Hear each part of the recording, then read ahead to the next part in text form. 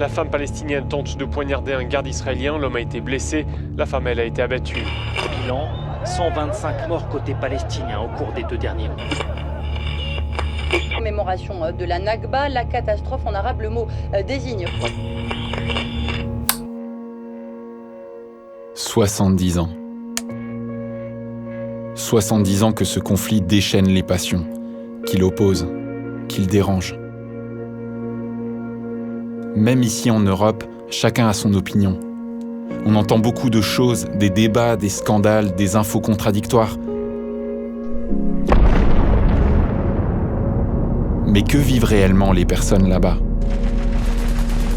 L'attaque des Palestiniens contre les Israéliens s'est produite au sud de Naples sur ce journaliste palestinien de 22 ans. On est une dizaine de jeunes adultes, en majorité étudiants ou professionnels dans l'art ou l'audiovisuel, pour la plupart sans avis réel sur la question, sans se définir comme pro-israélien ou pro-palestinien. On a décidé de se rendre sur place pour rencontrer et questionner. Le souci, c'est qu'on ne connaissait absolument pas le terrain. On s'est donc entouré de Naomi et Doug, 2 humanitaires passionnés travaillant depuis des années à la paix au Proche-Orient. Leur expérience et leur réseau nous ont aidés à créer un itinéraire de rencontres diversifié afin de nous donner une vision globale de la situation. On a vraiment essayé d'être objectif. Mais on va tout de suite être honnête sur une chose. Un voyage n'est jamais objectif. On rencontre des personnes données dans un contexte donné. En fait, on est juste des témoins. Ce documentaire est simplement le partage de ce qu'on a vu et entendu.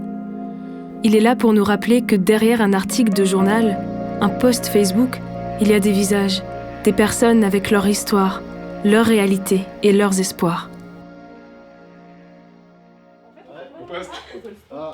Après quelques jours de préparation, cap sur Tel Aviv.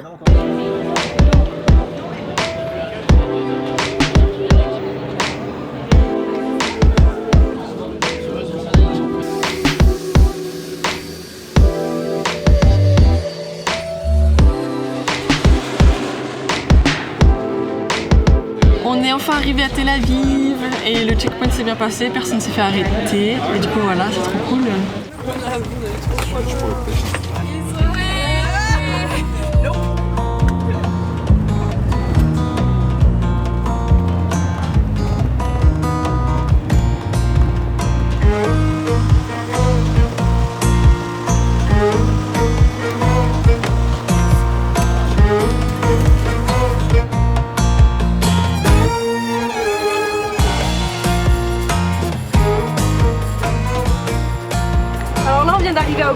À Béjala, avec le petit Anne. Il est environ 15h, on vient de se réveiller, voilà. On a déjà pu rencontrer le directeur de l'école qui est vraiment sympa et qui... Il est super accueillant quoi. Ouais, de ouf.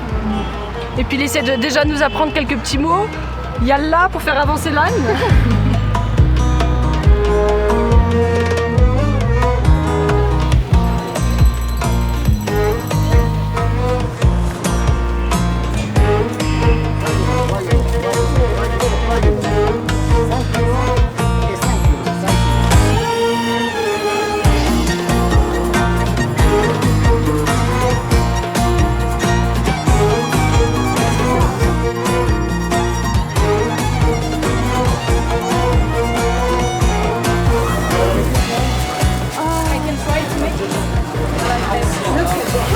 L'âne, les falafels, le marché.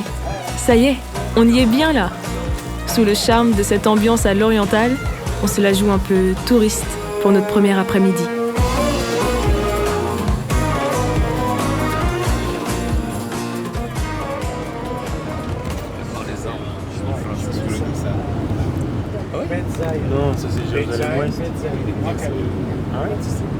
Alors que l'on croit être passé du côté palestinien, on voit des constructions israéliennes partout. Murs, checkpoints, routes et même des petites villes israéliennes en plein cœur de la Palestine. Le schéma classique d'un conflit nous faisait penser qu'il y a d'un côté Israël et de l'autre côté la Palestine. En Cisjordanie, visiblement, c'est plus compliqué. We do not talk about this in terms of a conflict. You know, the first thing that we tell people We don't frame this in terms of being pro-Israeli or pro-Palestinian. Those people just aren't doing serious work. We're looking at systems of oppression. Un système d'oppression ? Ah, quand même. Lui, c'est Cody, un activiste américain présent en Israël depuis de nombreuses années et qui se bat notamment contre les injustices et les oppressions en terrain palestinien. Hey everyone, I just want to give you some context of where we are. We are now exiting Area A in Bethlehem and Beit Jala area. We are entering now what's called Area C. Going back to the Oslo Accords, after the so-called peace agreement was signed, the West Bank was carved up into 3 sections: Area A, Area B, Area C. Area A was supposed to be, slices of land that was allocated for full Palestinian Authority control. Area B was supposed to be like joint administration. And Area C is the area that falls under full Israeli military control. 3 zones pour départager la Cisjordanie ? Ça avait l'air complexe. Mais comment les Palestiniens vivent-ils ce partage ? C'est le Dr Jad, directeur de l'Institut Harij, que nous sommes allés questionner. Le centre Harij, c'est l'Institut de recherche appliquée de Jérusalem qui mène un travail de recherche et de développement pour améliorer les conditions de vie en Palestine. Okay. Look at Efrat 2014. 15. You see how much expansion? Alors ça se développe. 17. And you see today. 18. All the yellow happened in 18. We are a nation under occupation, under colonization by Israel. We have no control over our border crossing. We have no control of what we import and export. Everything has to go through Israel. We believe that without sustainable Palestine, there will be no sustainable peace. So our interventions range in agriculture, environment, water, desertification, loss of biodiversity. All these interventions are meant to serve one thing, towards a sustainable Palestine, which I believe is an essential ingredient for peace.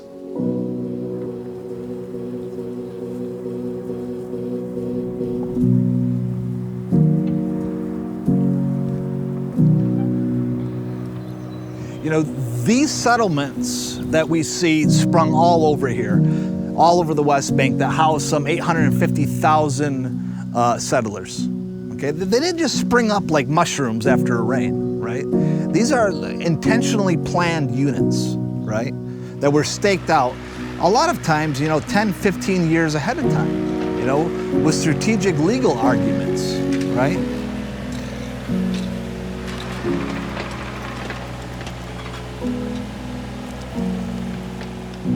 As it is within sight of any society, these laws are put in place by politicians, right? And politicians have people that lobby for these laws to be put in, right? And so, within sight of this, there's this pro-settler movement that says, all of this land is the land for the Jews. Le Dr Jad nous a en plus expliqué que ces colonies sont illégales selon le droit international et qu'elles sont condamnées par de nombreuses résolutions des Nations Unies. Le moins que l'on puisse dire, c'est que nos premières impressions ne nous donnaient pas une très belle image d'Israël. Mais on ne voulait pas en rester là, et on voulait sincèrement voir des personnes avec un autre point de vue. Ça tombait bien, parce que la suite de notre voyage allait nous emmener à Efrat, une de ces villes israéliennes illégalement construites en territoire palestinien. Efrat est une colonie d'environ 9000 habitants, créée en 1983. La personne qui nous accueille est un rabbin présent à Efrat depuis sa création. Mais à notre grande déception, il a demandé à rester anonyme. C'est pourquoi on a dû éteindre nos caméras. Tout ce qu'on a gardé, c'est nos notes et puis nos impressions juste après la rencontre. On vient de terminer notre échange avec ce rabbin. Et en fait, à aucun moment, il a mentionné le nom d'une colonie où il a parlé de ça. C'est comme si ce concept avait complètement été effacé. On a entendu, ce qu'il disait, c'est que les Juifs avaient légitimité à être ici, et donc c'est pour ça qu'il n'appelait pas ça une colonie. Et il a donné 2 raisons à ça. La première, c'est qu'il disait que quand ils se sont établis en 1983, il disait qu'il n'y avait aucun peuple qui était là, qu'ils ont pris possession de terres qui étaient vides. Et la deuxième chose qu'il a dit, c'est qu'en fait, c'était un territoire qui leur est légitimement attribué par la Société des Nations, donc l'ancêtre de l'ONU, en 1920. Et donc pour eux, en fait, le fait d'établir une communauté, comme ils l'appellent ici, eh ben, c'est pas une colonie parce que tout simplement, ils prennent possession d'un territoire qui leur appartient. Il nous disait vraiment que c'était un devoir de revenir sur cette terre d'Israël et que pour eux, ils avaient ce besoin de revenir ici, en fait. Je sais pas comment t'as ressenti ça, mais moi, j'ai eu l'impression de découvrir l'histoire d'une autre manière et d'une autre facette. On avait très clairement 2 versions différentes d'une même histoire. Mais alors, quel peuple a la légitimité de cette terre ? On a réalisé que pour pouvoir comprendre la situation aujourd'hui, il était indispensable de nous intéresser un minimum à ce qui s'était passé. Voilà donc 100 ans d'histoire résumés en 3 minutes. Vous êtes prêts ? C'est parti. La présence d'un État israélien au Proche-Orient est l'accomplissement d'un rêve, celui de Theodor Herzl, un journaliste juif austro-hongrois. En 1897, il organise le premier congrès sioniste à Bâle. Leur volonté est de trouver une terre sans peuple pour un peuple sans terre. Leur regard se tourne rapidement vers la terre de l'Israël antique. Dans toute la première moitié du XXe siècle, des dizaines de milliers de Juifs vont s'installer en Palestine. 2 raisons encouragent cet exode. Déjà le soutien de la Grande-Bretagne qui, par la déclaration Balfour, promet la création d'un foyer national juif, et puis les persécutions montantes des Juifs en Europe.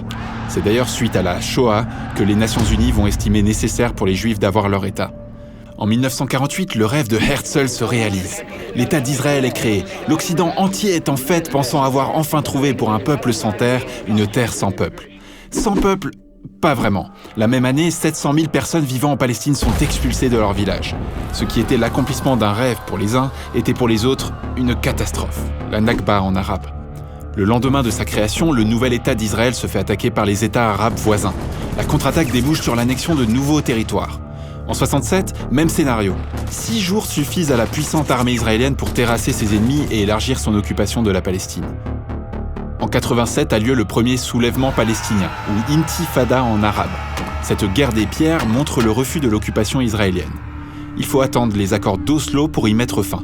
La poignée de main entre Yitzhak Rabin et Yasser Arafat laisse croire à une paix possible. Mais Rabin est tué par un fanatique sioniste et le processus de paix s'enlise. 7 ans plus tard, c'est la seconde intifada.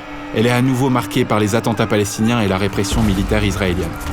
Loin de s'être apaisée, la situation est restée jusqu'à aujourd'hui encore dans un état très tendu. Voilà donc en résumé ce qui s'est passé. Seulement, le conflit israélo-palestinien se joue aussi au niveau de l'histoire.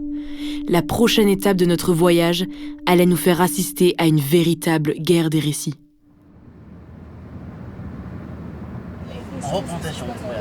Bienvenue à Canada Park.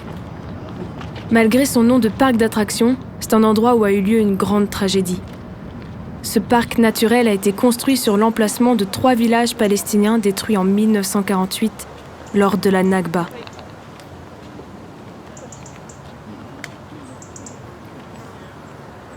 Nous sommes accueillis par Oumar Al-Goubali, qui nous raconte l'histoire de ce lieu.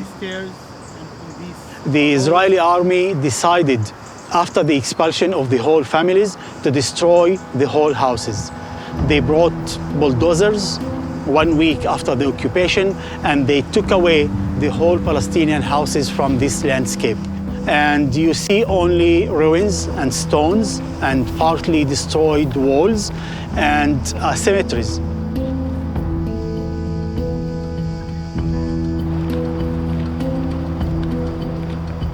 The center of the village was location exactly over here, and the center of the village was in that part. Instead of these trees, this area was full with houses. Ces événements de 1948 sont désignés par les Palestiniens comme étant la Nakba, la catastrophe en arabe. Notre guide nous apprend que près de 750 000 Palestiniens sont expulsés et 600 villes et villages sont détruits pour faire de la place au nouvel État israélien. When you see that in one map, it makes its effect. And if you see that it's covering the whole country, it's not by mistake or local or just a minority or few places that had been destroyed. It's covering the whole country, which means it was systematic and it was in purpose and it was part of a plan in order to expel the majority of the Palestinian people from their places and towns and villages. Millions of Israelis don't know almost anything about the Palestinian people history and the Palestinian people towns and villages that the state of Israel forced them to leave and destroyed their homes later on.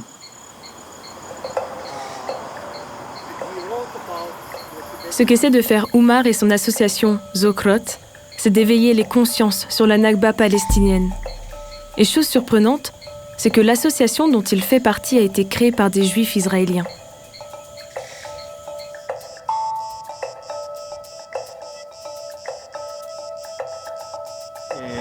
Even I'm Palestinian, but I joined my Jewish colleagues who founded this organization. For example, when we asked the JNF to put a sign in the park mentioning the name of the Palestinian villages, and they refused in the beginning, but in the end, they agreed to mention the names of the Palestinian villages in some way. And a few days after they put the sign, we found that the lines that mentioning the names of the Palestinian villages were covered with black color. Someone came and covered the names of the Palestinian villages. Of course, we did one more step. We brought a new sign and we kept the signs with the names of the Palestinian villages. But this is very good example how the Israelis will react sometimes when they see these facts on their eyes on the ground. Jacob, le prof d'histoire de notre équipe, ne tenait plus en place. L'histoire pour lui, c'est sacré. Kadana Park, c'est un exemple de ces villages palestiniens qui ont été détruits.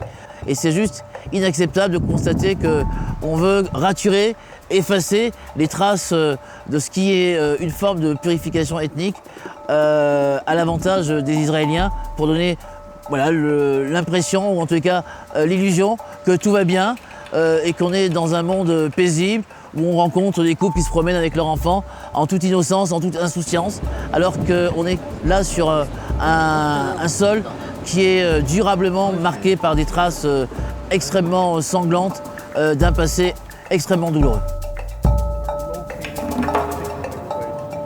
Cet après-midi, on a eu le cas où c'était pas chacun son récit, si chacun a son récit, mais il y en a un qui est vrai et il y en a un qui est faux. Tout à fait. Ça, je veux dire, tu vois. Et on peut pas toujours dire chacun a son récit et... Non, il faut quand même être binaire, on peut pas tout le temps... Et je pense que le gars de ce matin, c'est quelqu'un qui veut pacifier les relations et du coup il prend de la hauteur par rapport à ça. C'est une démarche intéressante. Après cette journée intense, Doug et Naomi nous ont fait découvrir un restaurant typique palestinien situé au pied du mur de séparation. C'était l'occasion de se changer un peu les idées et de découvrir la cuisine locale.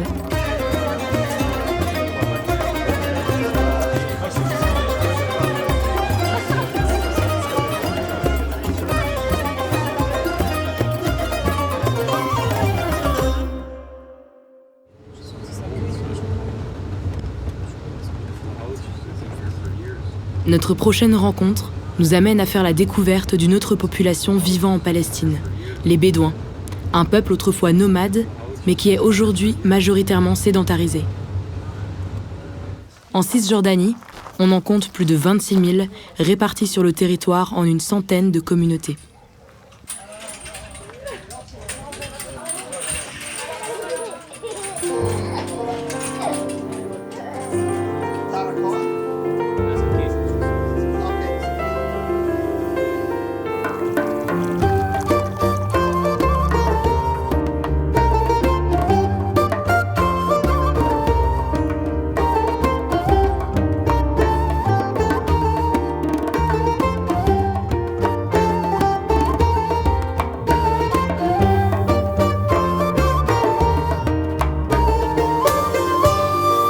Grâce à Cody, nous faisons la rencontre de Aouda, un jeune adulte de la communauté de Al-Rahir, qui nous raconte comment leurs problèmes ont commencé. They 5 or 6 soldiers, they came early morning and they just created a military checkpoint up to the mountain here. And this military checkpoint expanded step by step, year by year, until now it's one of the biggest settlements in South Hebron Hills.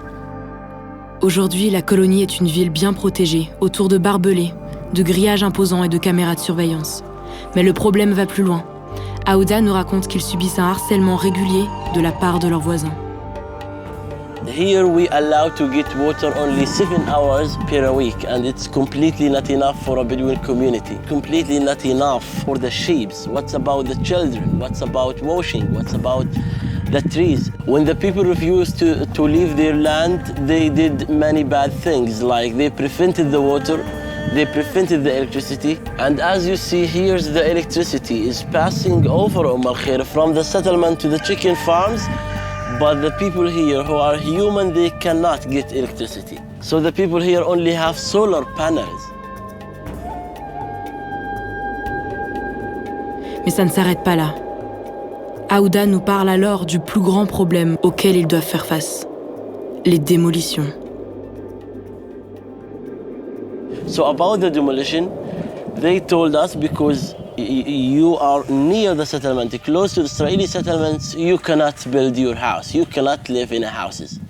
Even we have the papers, we have the documents which prove that this land is ours, but they said we will demolish your house because they are close to Israeli settlement. And it doesn't make a sense because the people got here in 1948, as we mentioned before, but the settlement got here in 1982, so around 30 years we are here before them. For Palestinians or Bedouins living in these communities, all of their infrastructure is controlled and planned by the Israeli military.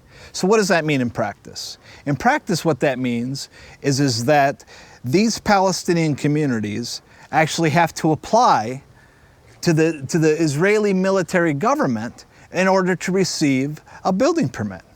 So every year, hundreds of structures are demolished inside the West Bank, displacing hundreds and hundreds of families. Approximately every year, most of the houses here got demolished at least one time.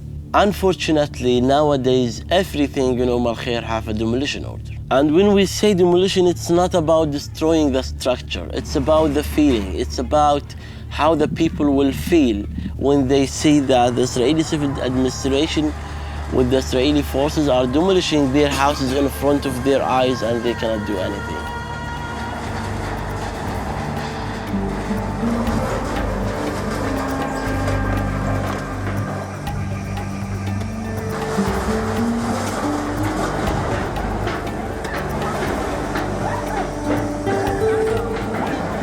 When one house is demolished, it doesn't just impact that immediate family, it's all of the networks, right? Because the tribal structure here is more interconnected in different ways than what it is in Western society.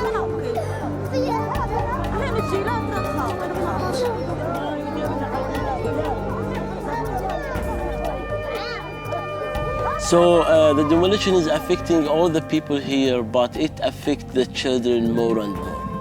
So don't get surprised when I tell you that 54% from the children of Khair see nightmares. When I tell you that they attacked the people, I mean this. 8 settlers attacked my mom when she was with our sheep, and by their guns they broke her knee.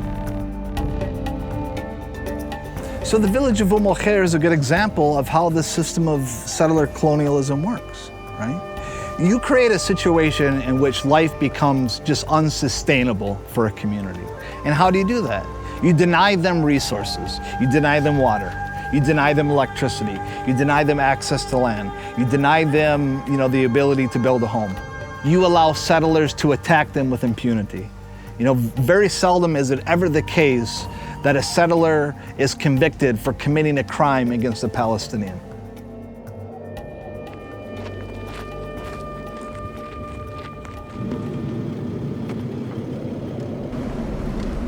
Incompréhension, tristesse, colère, impuissance. Face à une telle injustice, on était traversé par un tas d'émotions. Le lendemain, gros contraste quand nous découvrons la capitale d'Israël, Tel Aviv et ses plages de sable fin.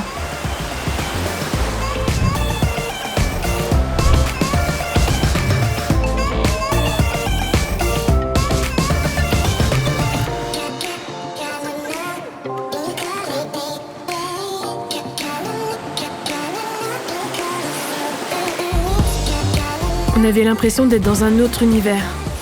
En fait, on prenait juste conscience qu'Israël a de nombreuses facettes. Ici, à Tel Aviv, pas de religion omniprésente, mais un mode de vie qui semble très occidental.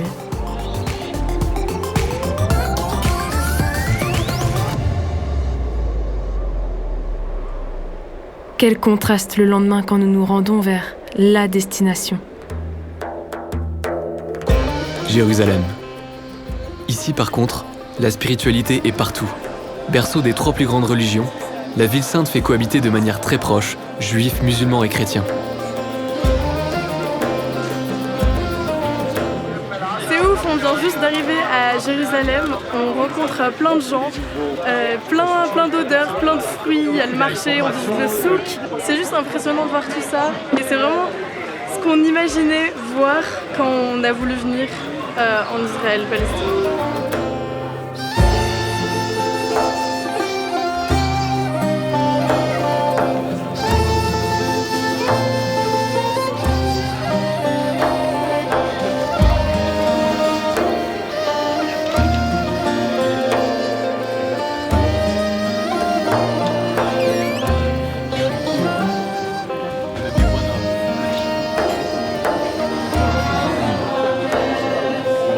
Une journée normale à Jérusalem. Je suis en train de me dire, je m'imagine pas comment ça doit être à Pâques, parce que là c'est juste une journée normale, mais on sent la religiosité du lieu et toutes les cultures du monde qui prennent cet endroit comme vraiment un lieu saint, quoi.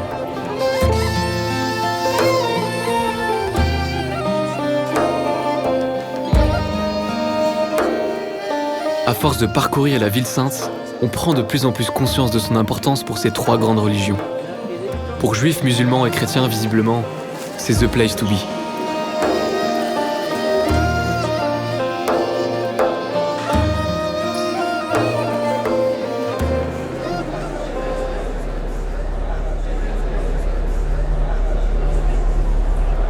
Cette proximité ne se fait malheureusement pas sans tension, comme en témoigne la forte présence militaire un peu partout.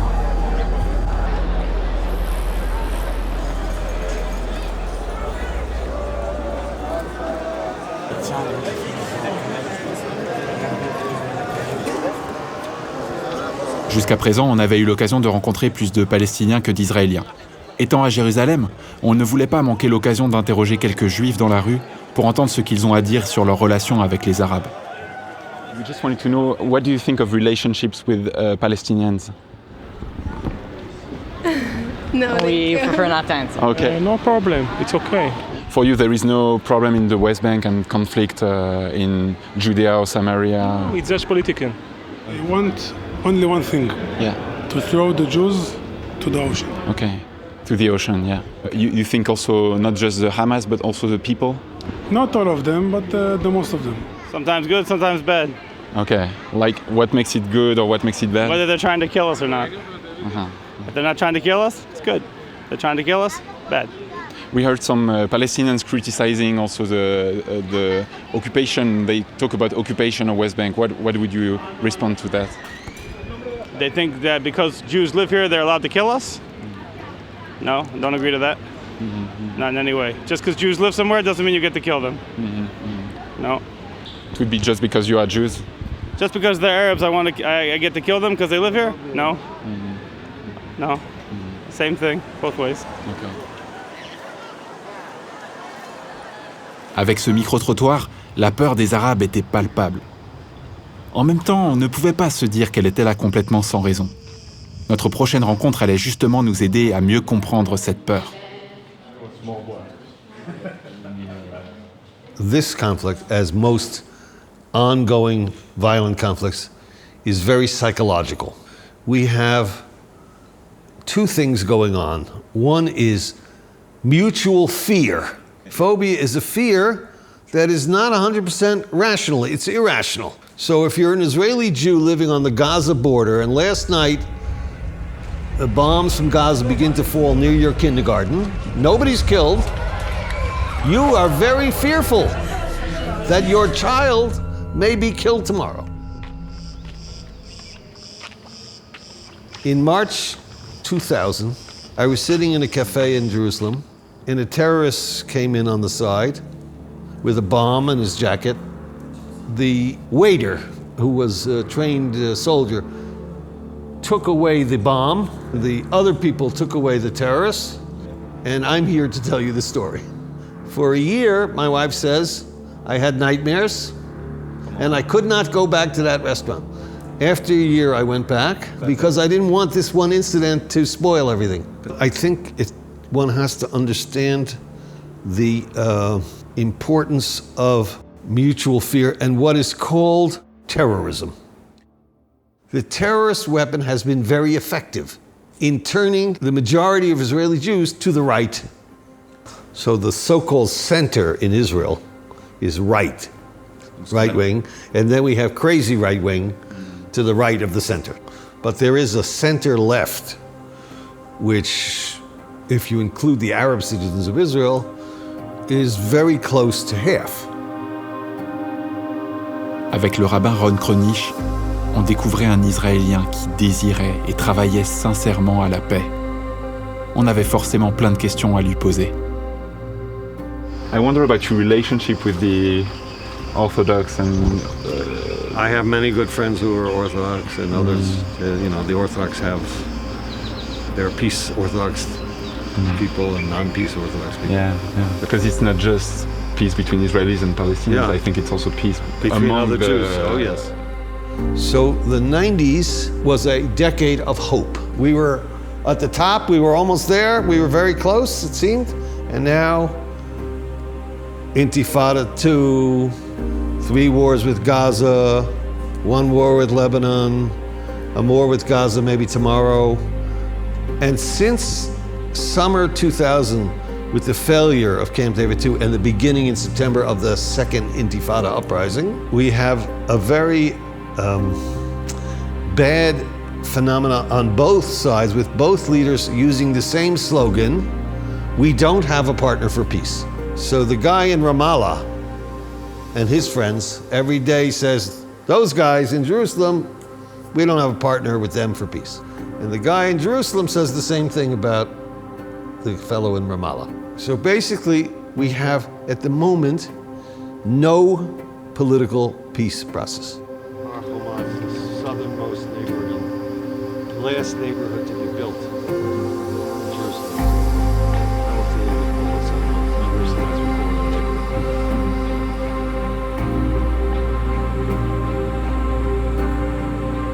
Does one side have more responsibility than the other side? I don't know. I don't think so. I find that both sides have missed many opportunities. There are many, many obstacles. The wall, the settlements, terrorism, killing and driving into innocent civilians is an obstacle. There are many obstacles, many on both sides. One Israeli politician on the radio this morning said we have to go into Gaza and, he's an obstacle. Many obstacles to be overcome.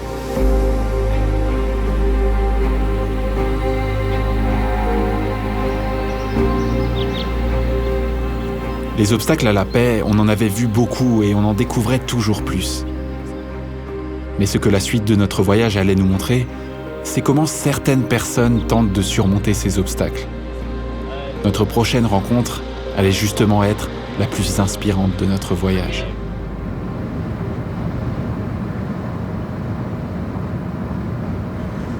Tent of Nations, la tente des nations. C'est le nom qu'a donné la famille Nasser à sa ferme, un terrain de 42 hectares situé sur une colline entourée de 3 colonies israéliennes. 1 kilomètre avant notre destination, notre bus s'arrête. Le reste doit se faire à pied. Notre guide nous explique que ce barrage a été construit en 2001 par des juifs ultra-orthodoxes de la colonie voisine.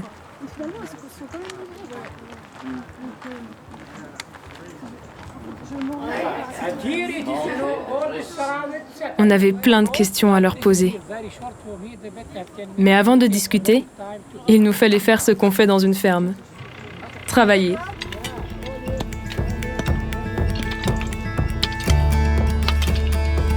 Donc là, on est en train de désherber un peu le terrain, enlever les buissons qui prennent de l'eau pour que les gens qui habitent ici puissent planter des oliviers après. Ce qu'il faut savoir, c'est que c'est une terre extrêmement sèche, qui a pas beaucoup de pluie.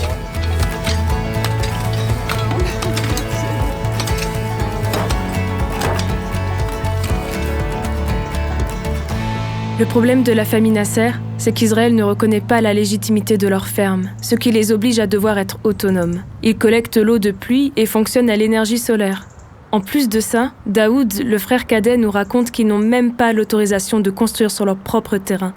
We had difficulties from the Israeli settlers who tried to take the land by putting us under physical pressure, but we did not give up. They cut our trees, we planted new trees. They tried to build roads on our property, but we managed to stop them by court. So we have 32 maybe demolition order and stop cultivation orders. When the legal battle started in 1991, we went to the court and we presented our papers. Of course, they were not expecting us to have documents, but instead of closing the case, they postponed it and they started to make it difficult for us to prove ownership.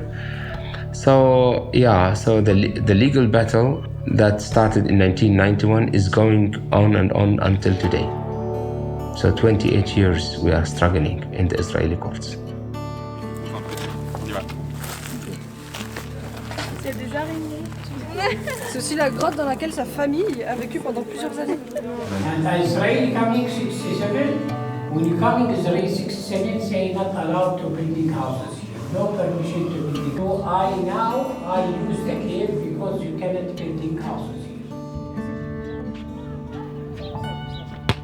here. For us, this should not stop us from thinking positively. So I always say this is a situation that is forcing people to react violently or resign or leave. But we said to ourselves, none of those options are good for us. We are against violence, against sitting down and crying, and against giving up and leaving. And that's why we started here another way of resistance. We started a non-violent, in a creative and in a constructive way. And our slogan, maybe you saw the stone at the entrance of this farm, we refuse to be enemies.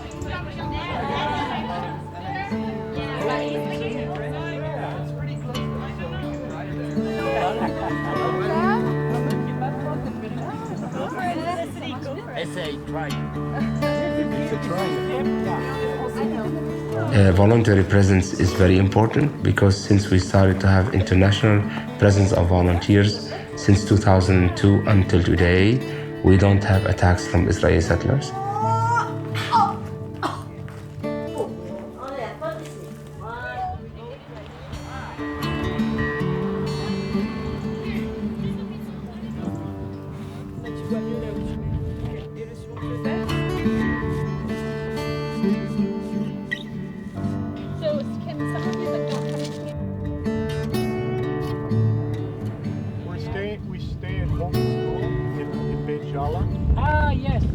Nous étions impressionnés de voir que toute la famille était mobilisée dans le même combat. There was this incident when I was 10 years old, and we were passing from our land to Bethlehem, and we got stopped. They asked all of us to step out of the car to check the car. But what my father did was so inspiring. He said, he talked to us in English, and he said, don't be scared, those are friendly people. And when the soldiers heard that, they apologized for my father and told him, you can apologize to your family as well. The thing is, they didn't expect this reaction. We are human beings too, and we are in a complex situation, and we have what's so-called hate for each other, but we're still human beings. And the reaction that they expected was a violent reaction. But this small action changed the whole thing. Waouh! Alors qu'on les entendait parler, on ne pouvait pas s'empêcher de penser aux personnes en France et dans le monde qui voyaient tous les Palestiniens comme des terroristes islamistes. Face à nous, nous avions des Palestiniens pacifistes.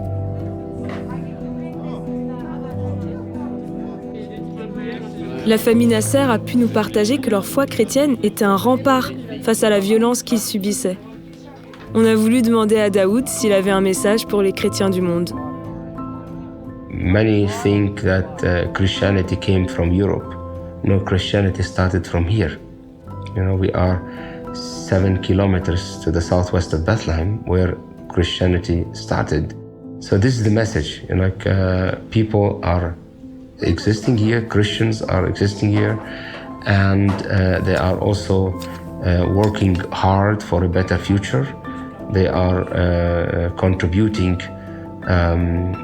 with a lot of energy to make a difference here, and this is something that we need all people, and especially also the Christian communities around the world, to understand and to support the local presence of Christians and the work that they are doing in the Holy Land.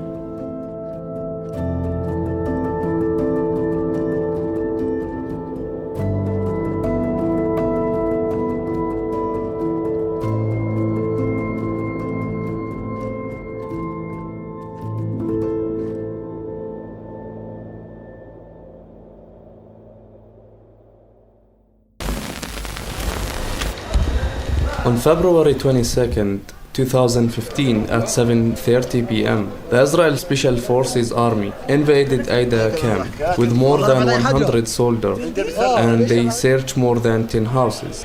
There was no reason for this invasion.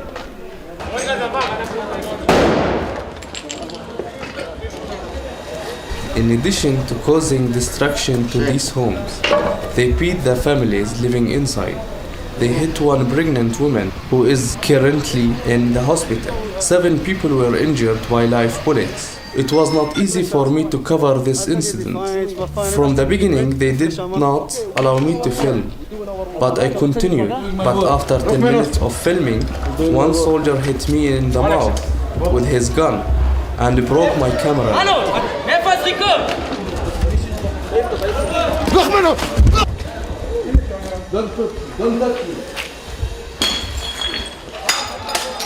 Aida. Un camp de réfugiés situé au nord de Bethléem. Construit par l'ONU en 1950 pour accueillir des réfugiés de la Nakba. Situé au bord du mur de séparation, la population est régulièrement victime de raids militaires israéliens violents. Un rapport de 2018 de Human Rights Center a dénoncé l'usage constant et disproportionné des gaz lacrymaux sur la population. Mohamed est un vidéaste reporter habitant dans le camp. C'est lui qui nous fait la visite.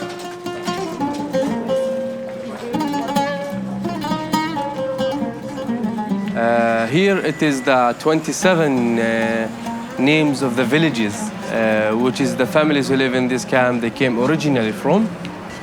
Each family had an original home, but we're not allowed to go there. The camps for us as a Palestinian is a station until we get back to our homes.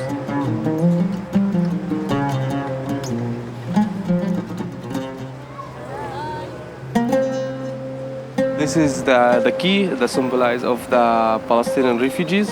We believe and still we have the hope one day we'll go back to our homes.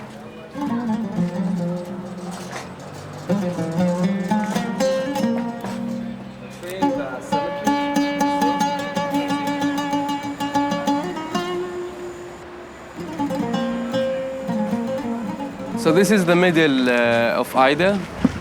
If you look at this building, it's full of bullets. Majority of the houses in the camp was attacked during the second Intifada. That was fixed, some of it from the people. But still you could look at the walls. In different houses you could see still the bullets.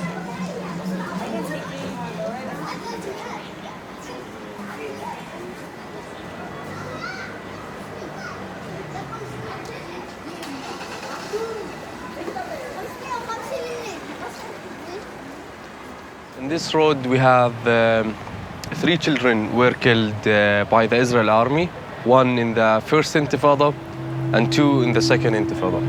And the last one, it is Abdul Rahman. Exactly, he was standing here. He was doing nothing. He was in the balcony. I took a photo of him before he was killed. It was the oldest child in this road, 14 years old. It was no soldiers in the street, all of them inside the military base there. And suddenly we heard the shooting. It was shot 3 live bullets. It was a sniping gun. In 2013, the boy who was standing like after the car here, he was shot in the head, the same things. Do you know his identity? I had a photo.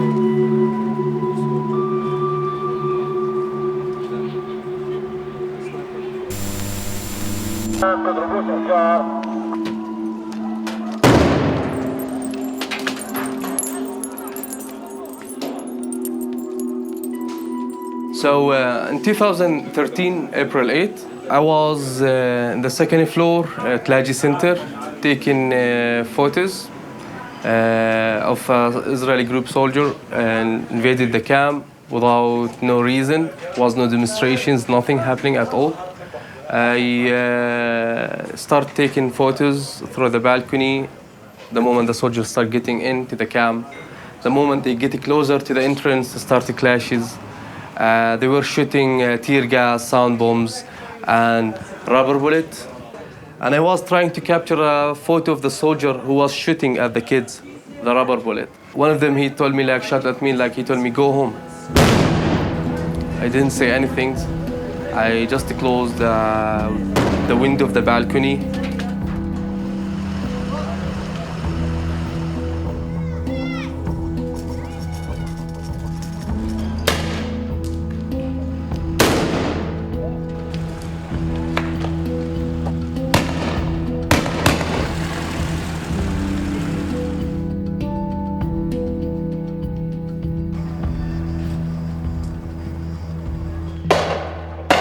The moment I tried to close the door of the balcony, that soldier who was aiming at the kids, he moved his gun and he shot me the bullet in my face.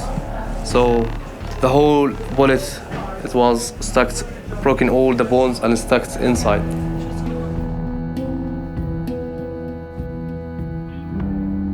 Then I was lucky, my colleague was in the center. He tried like to help me to go out of the center, to go to the hospital. We called the ambulance. They didn't let the ambulance to come to to take me. It takes me 10 minutes bleeding in the stairs at Laji. And then I told my friend I cannot wait more. So we decided to open the door and just start running to this neighborhood. The soldiers, even they were in the street, they start shooting tear gas into us.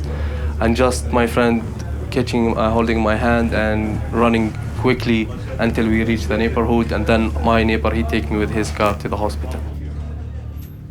After 2 months, the first night I back home, hundreds of soldiers at 2 a.m. invaded the house, beated my cousins, my uncles, my grandmother, until they found me in one of the rooms. They put me in the floor, and it was like more than 8 soldiers, and they start beating me with their shoes, the guns. I was telling them, like, beat me wherever you want, but not in the face. The moment I say that, they meant it, and they hit me again where I was to my injury, like in my face.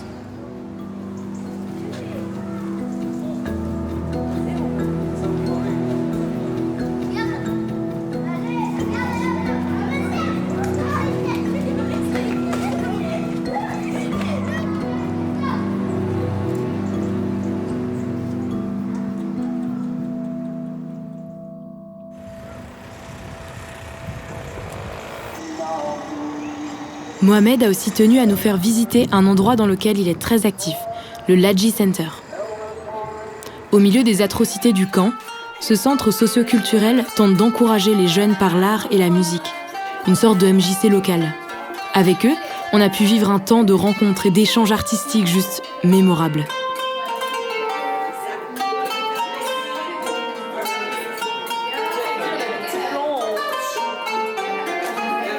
du délire. Et c'est la première fois que je visualise des comas, donc super, après 10 ans de solfège. Je comprends qu'un la dièse et un si bémol, c'est pas la même chose.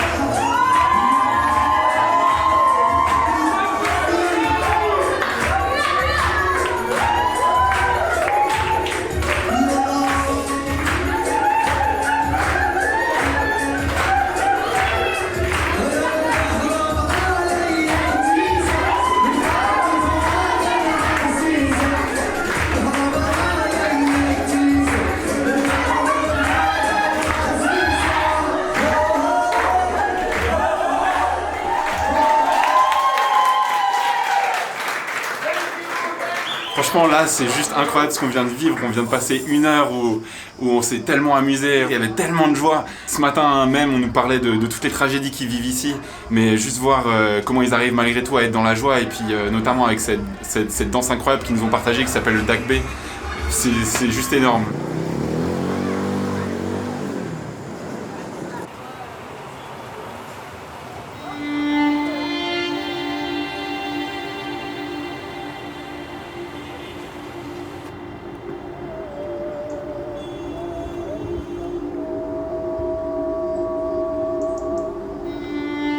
Je suis quand même impressionnée parce que je vois tellement de beauté autour de moi, je vois tellement de choses qui sont belles. Et je me dis qu'à n'importe quel moment, en fait, quand je regarde là en bas, je me dis qu'il y a l'armée israélienne qui peut venir et qui peut en un instant tout détruire cette beauté. Et on a vu aussi avant, en visitant ce camp de réfugiés, beaucoup d'objets artistiques, de bijoux, plein de choses qui sont belles, qui ont été créées à partir de bombes, de missiles, de choses qu'on leur envoie, qu'on envoie par-dessus le mur. Et je trouve vraiment que c'est un symbole de non-violence et que ces personnes ont juste envie d'œuvrer pour la non-violence et pour une paix.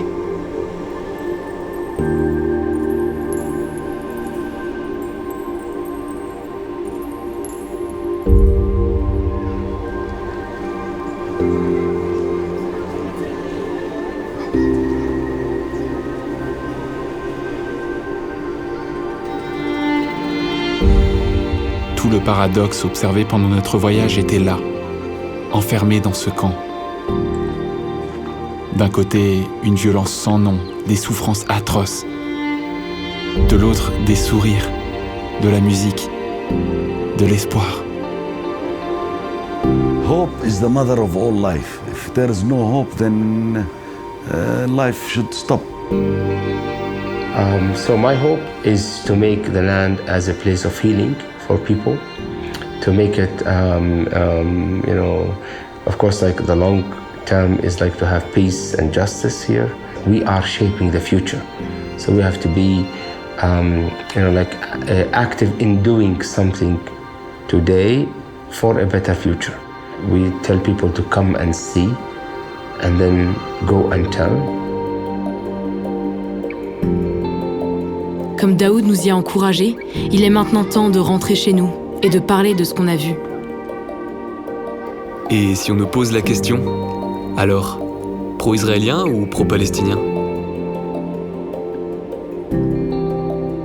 On répondra que l'on est pro-Daoud, pro-Ron, Oumar, Aouda, Mohamed.